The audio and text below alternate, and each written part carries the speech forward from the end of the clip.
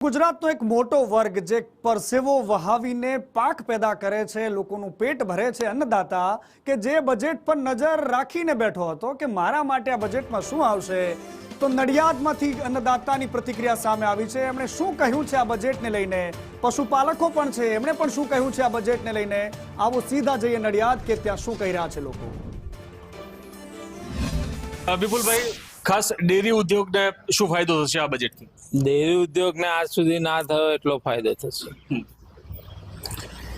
કારણ કે આ વખતનું બજેટ આગામી લોકસભાઓને પ્રેરણાદાયક બજેટ છે કે વંચિતોથી લઈને છેવાડાના માનવીથી લઈને બિઝનેસ કરતા સુધીને ફાયદાકારક છે। અને એમાં રાજ્યમાં ફરતા પશુ દવાખાનાઓ જે સેવાઓ એમાં 56 કરોડ જેટલી જોગવાઈ કરી છે સરકારે। મુખ્યમંત્રી નિઃશુલ્ક પશુ સારવાર યોજના માટે 52 કરોડની જોગવાઈ કરી છે। વાતો કરતા હતા તબેલા કરો, પશુના રક્ષણ કરો, દુધારા પશુઓને ભેગા કરો, પણ એ વાતો જ હતી। આ વખત પહેલી વાર એમણે 32 કરોડની જોગવાઈ કરી, એ બહુ આનંદદાયક છે ખેડૂતોમાં, પશુપાલકો માટે। આ બજેટના માધ્યમથી એવું કહી શકીએ કે ગુજરાતની અંદર જે ખેડૂત કલ્યાણ અને સહકાર વિભાગ માટે 24,022 કરોડની જે જોગવાઈ થઈ છે એ ખૂબ મોટી જોગવાઈ છે।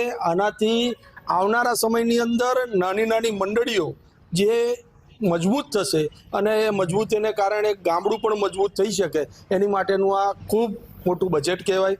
સૂક્ષ્મ સિંચાઈ માટે 1250 કરોડ રૂપિયાની જે જોગવાઈ કરી છે એ પણ એવું કહી શકીએ કે ખેડૂતને એના સમય અનુસાર પાણી મળી રહે, એ સિંચાઈનું પાણી મળે, એની માટેનું આ એક ઉત્તમ ઉદાહરણ એ ભૂપેન્દ્રભાઈનું સરકારનું આ જે બજેટ છે એવું અમે માનીએ છીએ।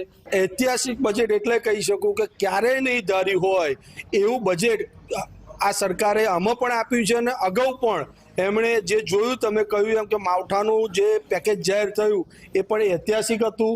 અમારા ખેડૂત તરીકે હું એવું ખેડૂત છું એટલે એવું કહી શકું કે કુદરતી એવી આફત ક્યારેય ના આવે, પણ જ્યારે આવી ત્યારે આ જ સરકાર, મૃદુ અને મક્કમ સરકાર એ ખેડૂતોના પરખે હતી। એ માનનીય જીતુભાઈના નેતૃત્વની અંદર અને ભૂપેન્દ્રભાઈની સરકારે એ સીધો જ લાભ ખેડૂતને આપે છે। કરુણેશ પંચમેથી, સંદેશ ન્યૂઝ, નડિયાદ, ખેડા।